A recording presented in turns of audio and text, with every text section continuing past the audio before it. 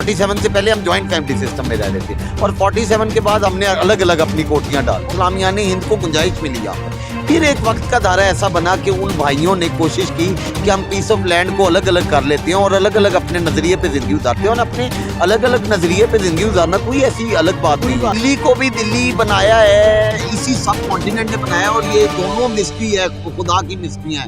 राजधानी बम्बई क्यों नहीं शिफ्ट हो गई, दिल्ली में क्यों है?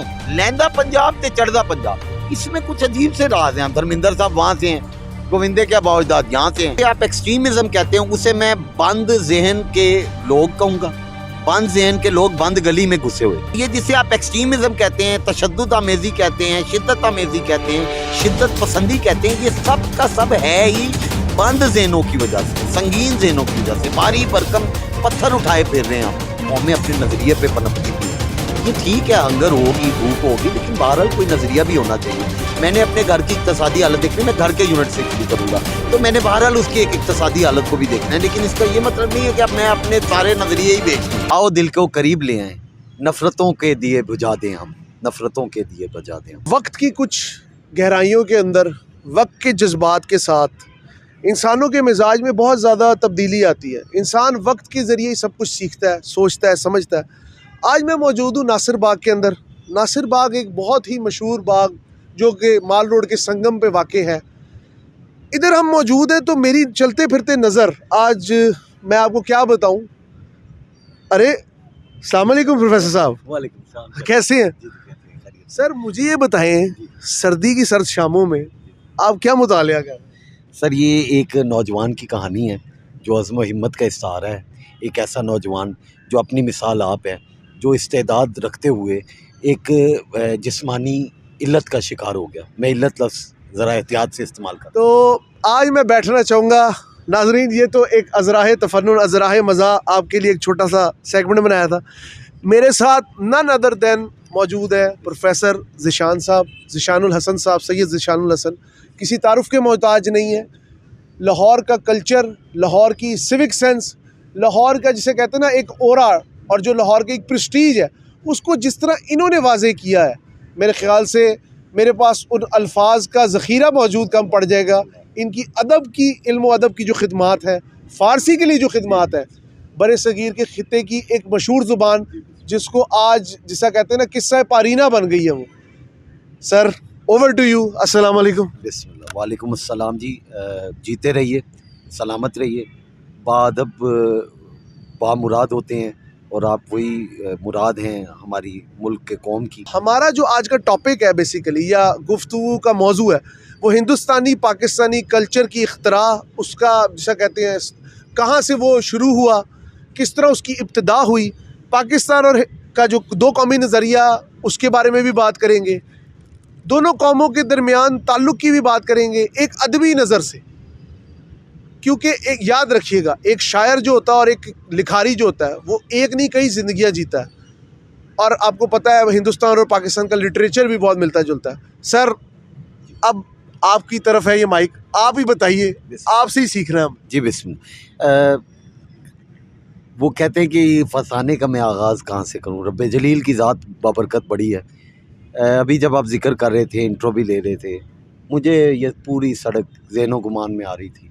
ये सड़क जिससे मेरा वैसा ही ताल्लुक़ है जैसे जिस्म का रूह से, जैसे किसी पंछी का अपने गुलिस्तान से ताल्लुक़ है। लाहौर मेरे लिए वही गुलिस्तान है। देखें, लाहौर आज एक तिजारती शहर के तौर पर जाना जाता है, when I am talking to you, लेकिन बुनियादी तौर पर ये एक तिलिस्माती शहर है, एक रूहानी शहर है। एक राम के बेटे के नाम पे अगर शहर हो अल्लाह तो तिलिस्म तो होगा। तिलिस्म है इसमें, इसकी अदाएँ हैं, इसकी अपनी लहरें और इसके बहुत अमवाज हैं, वेव्स हैं, और इसने बड़ी तारीख़ी अमवाज से गुज़रता हुआ, लहरों से गुज़रता हुआ, मुख्तलिफ़ जल तरंग इख्तियार करते करते ये शहर लाहौर बना। और आज जब हम इसमें तिजारती रौनकें देखते हैं तो आज भी ये कई लोगों को जो है वो खैर का सबब है, उनके लिए रिज़्क़ का सबब है। हमारे बड़े बूढ़े भी सन 1960 में इसी शहर में रिज़्क़ की तलाश में आन पहुँचे। When I am talking to you तो 63 ईयर्स बैक मेरे नाना जो हैं वो वापडा हाउस लाहौर के अंदर तशरीफ़ लाए, और ये सबब बना कि मेरा ननिहाली साइड से जो लाहौर से एक सिलसिला बन गया। और मैं सन 1980 में, आज से कुछ 43-44 साल पहले, यहीं 21 अगस्त को सांदा लाहौर में, जो कि चुमरजी के नवा में एक बस्ती है, वहाँ पैदा हुआ। आज की डेट में जब मैं आपसे बात कर रहा हूँ, I am 43 and plus 3 months old guy. तो आप कह सकते हैं कि मैंने अपनी ज़िंदगी का एक भरपूर बड़ा हिस्सा इसी शहर में, इन्हीं सड़कों पर बिताया। और मैंने इसको देखा जब यहाँ पर मेट्रो नहीं थी, जहाँ पर ये सारे जीसी यूनिवर्सिटी यहीं पर था। और फिर मैं प्राइड लूँगा कि मैं इस मुल्क के, इस वतन के, इस प्यारे शहर की सबसे बड़ी दरसगाहों में मुझे मौका मिला। सिविल लाइंस जब मैं गुजरता हूँ वो मेरी दरसगाह है, FA BA मैंने वहाँ से किया, GC जो है वो मेरी दरसगाह है। सिविल लाइन का क्रेडिट किससे है, हिंदू या मुसलमान? जी, ये दोनों को ही मैं दूंगा, मतलब किसी एक को नहीं, दोनों को ही मैं कम्युनिटीज़ को क्रेडिट देना चाहूँगा। देन GC यूनिवर्सिटी आ जाता है। GC यूनिवर्सिटी में हम देखेंगे कि वो भी दोनों कम्युनिटी को क्रेडिट चला जाएगा। और मुझे याद है कि जब मैं दाखिल हो रहा था तो वालिदा कह रही थी कि तुम वहाँ दाखिल होने जा रहे हो जहाँ फैज़ अहमद फैज़, जहाँ अल्लामा इकबाल, और वहाँ मैं पढ़ा। फिर इकरारुल हसन से मैं प्राइड लूँगा, अभी कहीं पर अगर इकरारुल हसन साहब भी सुने तो he was my junior, 2 years junior थे। मैं MA में पढ़ रहा था और वो BA में पढ़ते थे। तो आज सर मुझे एक चीज़ बताएं, आपका इंट्रोडक्शन हो गया, बहुत खूबसूरत तारुफ आपने दिया, मेरे पास तो उन अल्फाज का ज़ख़ीरा मौजूद नहीं। कहने का मकसद ये, अब ज़रा मुझे हिंदुस्तान और पाकिस्तान की कल्चरल बैकग्राउंड, सकाफ़ती ताल्लुक़, जो दिलों का हाल इस कदर बेकार हो गया, मैं बेकार कहूँगा, बेकरार भी नहीं, बेकार हो गया, एक दूसरे से नफ़रत के इतना आगे क्यों निकल गए? थोड़ा सा ये भी रोशनी डालिए कि क्या कोई कसर बाकी है एक दूसरे के करीब आने में?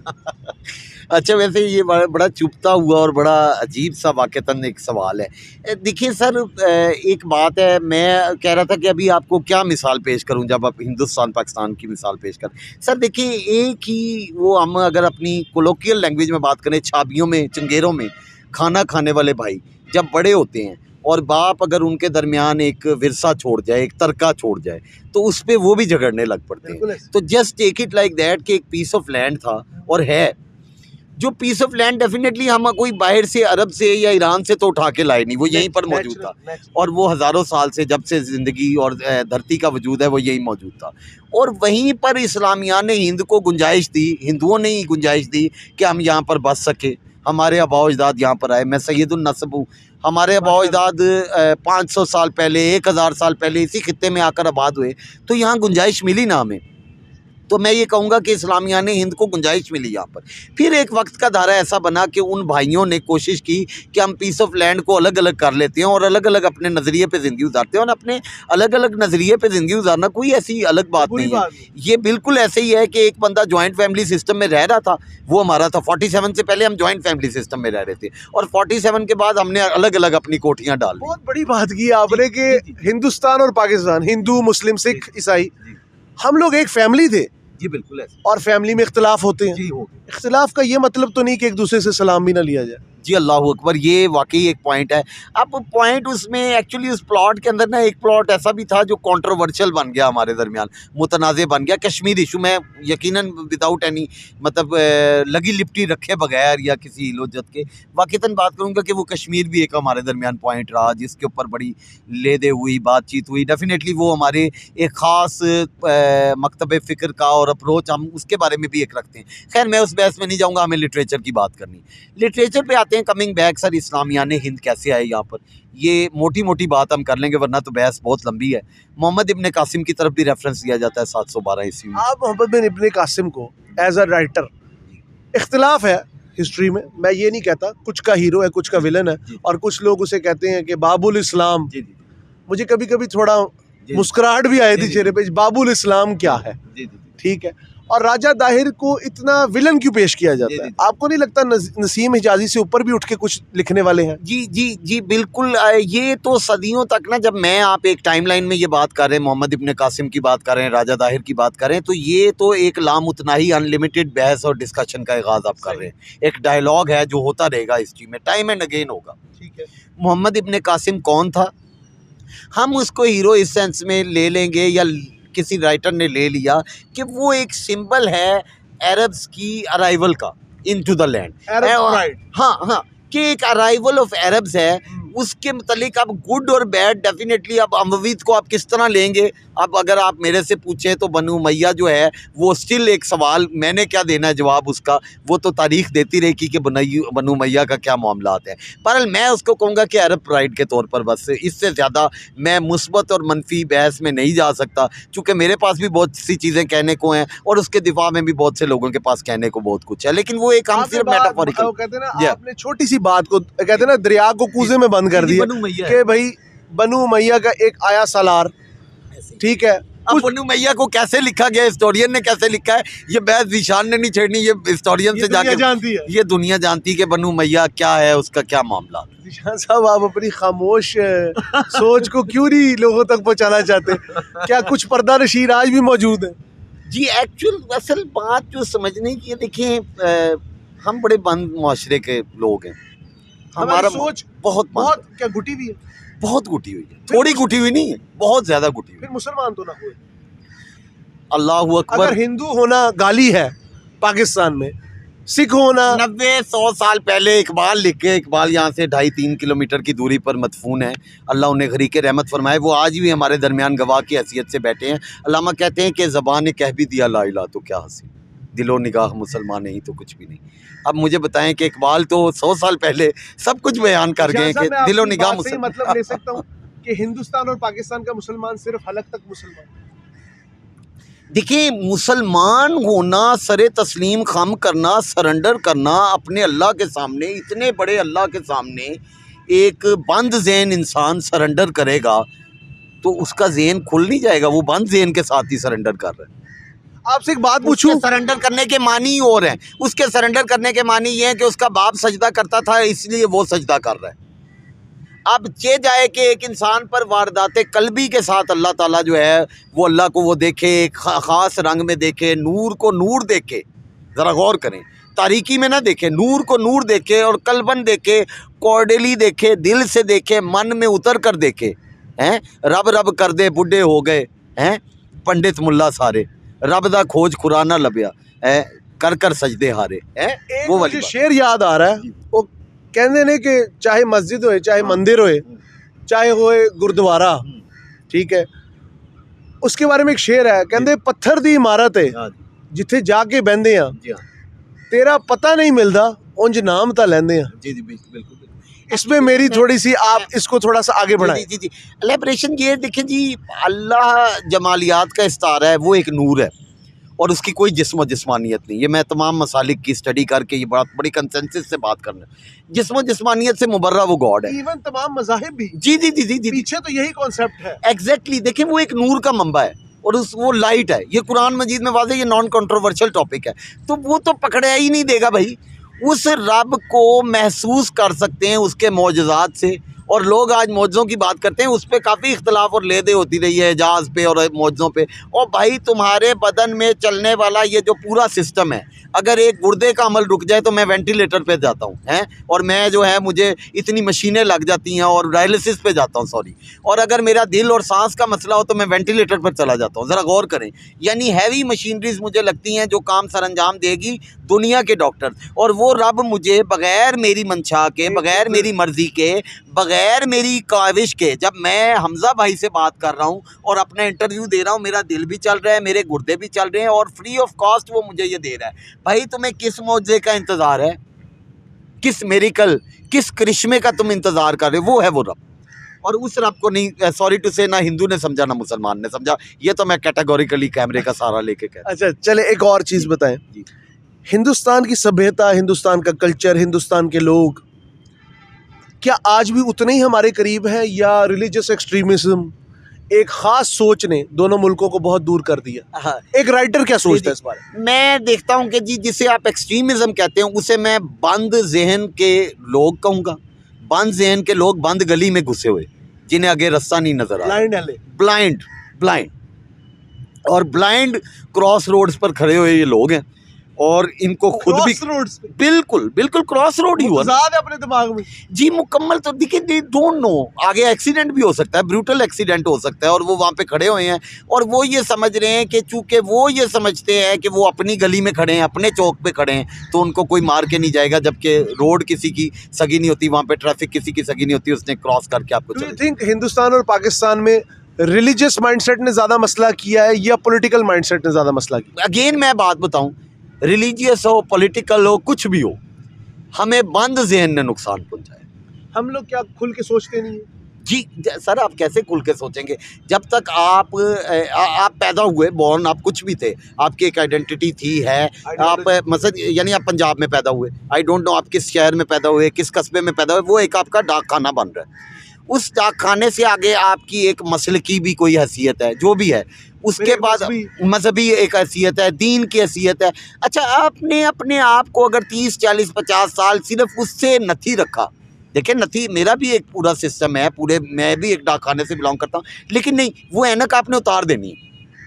वो ऐनक उतार के आपने फिर एक हालत तशकीक से, डाउटफुल अंदाज से, अपने एन यंगर एज में जाकर उसको देखना है दुनिया को कि भाई मैं क्या हूँ और दुनिया मेरे बारे में क्या कहती है। फिर आपने वापस आना है अपनी गली के अंदर, ठीक है, ये बड़ा इंपॉर्टेंट है। देखिए आप अपनी गली में वापस आना है, आपने दुनिया मेरा एक घूमकर। इख्तलाफ है आपसे। जी जी जरूर। इख्तलाफ सर ये है, जी हिंदुस्तान पाकिस्तान, चले ये तो एक मुल्कों की बात होगी ना, आम बंदा जो है दोनों मुल्कों का, शायद वो अमन ही चाहता है। जी ठीक है। कहते जो कहते ना, वो कहते भूखा पेट क्या मांगे, ठीक है, एक वक्त की रोटी। अगर खाना ही ना मिला दोनों तरफ, हिंदुस्तान हंगर इंडेक्स में सबसे ऊपर है, पाकिस्तान के हालात आपके सामने हैं, क्या मामला चल रहे हैं, ठीक है। एक लिखारी के तौर पे, एक आप ये कह सकते हैं मोटिवेशनल स्पीकर के तौर पे, ठीक है, सोचों के महवर को जिस तरह आप लोगों के पढ़ते हैं, ठीक है, मैं तो ये मानता हूँ कि एक मुसव्विर शायद इन पत्तों की भी सरसराहट से कोई अल्फाज चुन लेता है जो वो लिख देता है। तो सादत हसन मंटो हो या सैयद ज़िशानुल हसन हो, अदब की कदर किस मुल्क में ज़्यादा? ये वैसे बड़ा भारी और एक बड़ी भरकम सवाल है, चूँकि मैं बिल्कुल, देखें जी, अदब जो है ना, अदब तो लतीफ़ अरवा पर ही उतरेगा, ये बड़ा वो कहीं भी मुसलमान हो। ये रिगार्डलेस है। मैं तो इसको बॉर्डर लेस इस तरह भी करता हूँ कि ऑस्ट्रेलिया के भी किसी बंदे को अगर वो लतीफ़ है, उसे अदब समझ में आ गया, तो मेरे लिए तो मुकद्दम वो है। और अगर यहाँ पर भाटी दरवाजे में भी खड़ा जो है कोई माजा साजा है, तो उसे नहीं समझ में आया तो मैं उसका कुछ नहीं कर सकता। वो मेरा बरादर ज़रूर हो सकता है, लेकिन वो लतीफ़ नहीं हो सकता। और लतीफ़ होना एक ही घर में सारे बच्चे लतीफ़ नहीं होते, कोई संगीन होते हैं, कुछ लतीफ़ होते हैं। तो ये तो मैं उर्दू में इससे बेहतर अल्फाज हल्का फुल्का, आप हल्के फुल्के रहिए, आप इतने संगीन मत होइए।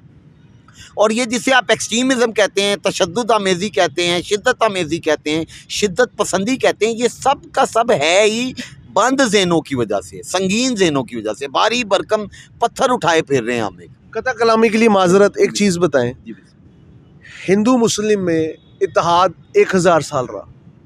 राजे महाराजों की जंग में कभी ये नहीं हुआ कि मैं शिवलिंग को मानता हूँ या मैं अल्लाह को मानता हूँ या मैं राम को मानता हूँ या मैं रहीम को मानता हूँ। क्या हुआ ऐसा अंग्रेज़ों की 100 साल की ग़ुलामी में कि ऐसा डिवाइड एंड रूल पड़ा कि आज भी हम अपने, शायद मैं एक बड़ी बात कहने लगूँ, हम शायद यहूदी को तो माफ़ कर दें, हिंदू को नहीं माफ़ करते। जी ये थोड़ा सा ना हमज़ा भाई, इसमें ये भी समझने की ज़रूरत है कि कौमें अपने नज़रिए पे पनपती भी हैं। ये ठीक है, हंगर होगी, भूख होगी, लेकिन बहरहाल कोई नज़रिया भी होना चाहिए। मैंने अपने घर की इक़्तिसादी हालत देखनी, मैं घर के यूनिट से शुरू करूँगा, तो मैंने बहरहाल उसकी एक इक़्तिसादी हालत को भी देखना है। लेकिन इसका ये मतलब नहीं है कि अब मैं अपने सारे नज़रिए ही बेच दूँ। मेरा नज़रिया और होगा, मेरे भाई का कोई और नज़रिया होगा, हो सकता है उसका कल्चरल आइडेंटिटी सेम है दोनों की। जी जी। तो नज़रियात का फिर तसादुम नहीं होगा जी। एक कल्चर आपका सेम है जी, कल्चर आपका डीएनए सेम है, जी, जी, आपकी सोच। आपने मुझे कहा था कि गंधारा सिविलाइजेशन से हमारा ताल्लुक है। जी बिल्कुल ऐसे ही, one of the greatest civilization, बिल्कुल है, ठीक है। हम लोगों ने चेस इजाद की, यहाँ के हिंदुस्तान के लोगों बड़ा कुछ किया है जी, बड़ा कुछ किया, बड़ा कंट्रीब्यूशन है इस खित्ते का। बल्कि मैं तो कल रात को मेरे ज़हन में आ रहा था, देखिए क्या क्या थॉट्स आती हैं एज ए राइटर, वही वाली बात है। मैंने कहा मैं दुनिया के कुछ 6-7 ममालिक अल्लाह ताला ने मुझे फिरने का मौका फराहम किया, तो मैं ये देखता हूँ कि इससे बेहतरीन हजाम पूरे खित्ते में नहीं है, पूरे वर्ल्ड में नहीं, पूरे वर्ल्ड में सब कॉन्टिनेंट जैसा हेयर ड्रेसर आपको न अरब्स में, मैं ऑन कैमरा बता रहा हूँ, अगर कोई है तो भाई मेरी ज़रा इस्लाह कीजिएगा, न अरब के पास इतना बड़ा हजाम है, कोई है तो मुझे बिल्कुल, ये मैं ऑन यूट्यूब क्लेम कर रहा हूँ ना, ईरान के पास है मतलब beauty ji, beauty special. Oh my god, जो हेयर ड्रेसिंग मैं खसूसन इस वजह से कह रहा हूँ कि जो हेयर कटिंग की जाती ना सर आपकी,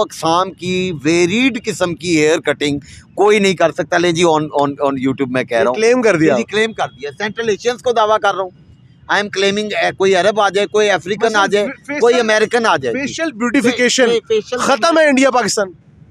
इवन फेशियल में आ जाए आप, यानी ये जो बालियां डालने का कॉन्सेप्ट है, ये जो चूड़ियां हैं, ये जो वैरायटी है, मैं पूरे क्लेम से कह रहा हूँ जी, अफ्रीका आ जाए, कोई भी आ जाए, नथिंग की जो वैरायटी है ना आपके पास जी, चूड़ियों में वैरायटी आ गई जी, सेरों में वैरायटी आ गई जी, मतलब रोटियां कितनी बनानी, रोटियों की वैरायटियां, मतलब पराठे से लेकर, पूड़ी से लेकर, नान से लेकर, पता नहीं भटूरा, तो क्या ये वैरायटी, ये वैरायटी तो ये आप है ना, खाना भी कल्चर है जी, बिल्कुल। देखे ना, ये जो पेठे का हलवा, अल्लाह अकबर, ये जो मैं वो कल वो सोन हलवा जी बिल्कुल, और ये जो ये वो क्या वो मुझे ज़हन में एकदम आ जाए, लड्डू पीठियाँ।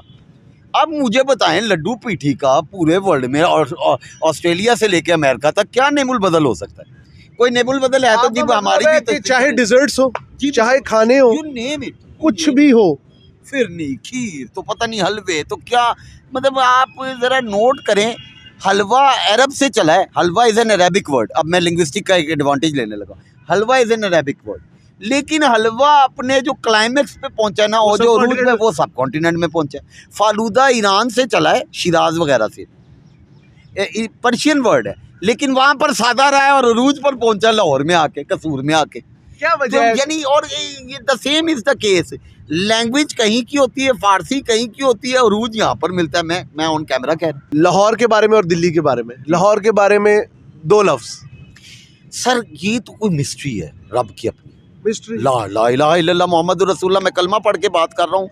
मैं ना छोटा बच्चा होता था, चूँकि मैं जमांदरू लाहौरी हूँ, तो हाँ जी बिल्कुल पैदाइशी। तो मैं यहाँ पर ना बच्चे की हैसियत से मुझे याद आ रहा है, 4-5 साल का मैं बच्चा हूँ, तो मैं तब से सुन रहा हूँ जी, एक बंदा गया मक्के मदीने गया, उन्होंने कहा या अल्लाह तेरा मक्का भी चंगा, तेरा मदीना भी चंगा, लेकिन लाहौर लाहौर है। I was stunned कि ये क्या बात, और इसको कैसे मिक्सिंग कर रहे हैं? आप दिल्ली कहते दिल वालों की होती है, जी। दिल्ली के बारे में कुछ लफ्ज। दिल्ली भी देखे भाईजान, दिल्ली को भी दिल्ली बनाया है, इसी सब कॉन्टिनेंट ने बनाया, और ये दोनों मिस्ट्री है, खुदा की मिस्ट्री हैं। राजधानी बम्बई क्यों नहीं शिफ्ट हो गई, दिल्ली में क्यों है भाई? दिल्ली में इसलिए है कि दिल्ली वो कैपिटल है जो हज़ारों साल से इंडिया का कैपिटल है, सब कॉन्टिनेंट का कैपिटल है, और इसमें कुछ राज हैं। आप ज़रा गौर फरमाएं, हमारे परवेज़ मुशर्रफ साहब भी दिल्ली से थे। ज़रा गौर करें कि 60 साल बाद भी अल्लाह ताला ने अगर हमें सिपा सालार भी दिया तो वो दिल्ली से दिया, बड़ा इंपॉर्टेंटली है। हमारे नवाज शरीफ साहब जाती उम्रा, मतलब अमृतसर बॉर्डर के उस तरफ से, यानी ये जो बेल्ट है ना जी, इसको आप तखसीस ना करें, लहंदा पंजाब ते चढ़दा पंजाब, इसमें कुछ अजीब से राज हैं। धर्मेंद्र साहब वहाँ से हैं, गोविंदे के बावजदाद यहाँ से हैं, राकेश रोशन के बावजदाद यहाँ से हैं, राजेश खन्ने के बावजदाद यहाँ से हैं, कुछ के वहाँ से हैं, मतलब शायर लुधियानी वहाँ से है, लेकिन हम उसे अपना शायर मानते हैं। गालिब वहाँ पर है, वहाँ पर लाहौर कभी नहीं आया, लेकिन हम उसे अपने सिलेबस में पढ़ाते हैं। तो ये जी मुंशी प्रेमचंद हो गया, ये जी आपका सादत हसन मंटू हो गया, ये चढ़दे पंजाब का है, लहंदे पंजाब में आके सेटल्ड हुआ, आया भी बॉम्बे को अबूर करते हुए आया। बॉलीवुड की मूवीज है जी बिल्कुल। देव आनंद साहब को देखें आप, यू जस्ट नेम इट, आप वो प्राण साहब को देखें, इतने बड़े विलन जो है, और यू जस्ट नेम इट, मतलब बल्कि वो जो एक मुंशी कैरेक्टर जो शराबी फिल्म अमिताभ की में थे, मुझे अभी थोड़ा सा नाम ज़हन में आ जाए शायद,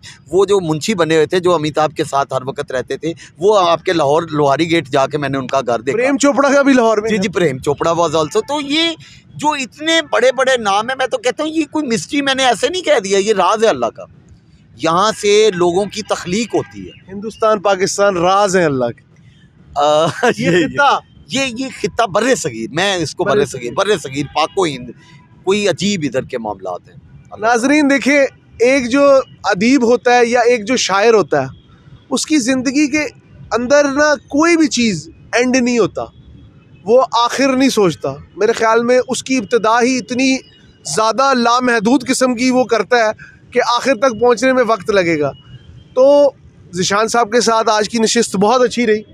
सर टॉपिक ही हिंदुस्तान पाकिस्तान ऐसा है, वक्त कब निकल जाता है समझ ही नहीं आती। आओ दिल को करीब ले आएं, आओ दिल को करीब ले आएं, नफ़रतों के दिए बुझा दें हम, नफ़रतों के दिए बुझा दें हम। यही आशा है, यही मेरी आरजू है और यही मेरी ख्वाहिश है। हिंदुस्तान पाकिस्तान की ऑडियंस जो भी हमें देख रही है, देखें मैंने आज आपको एक राइटर, एक लिखारी, एक अदीब, एक शायर, ये लोग होते हैं नाजुक दिल के लोग। ये जिसे कहते हैं ना ज़माने की नब्ज़ पे इनका हाथ होता है। इनके अल्फाज शायद दोनों मुल्कों के दरमियान कुछ बर्फ़ पिघला सकें।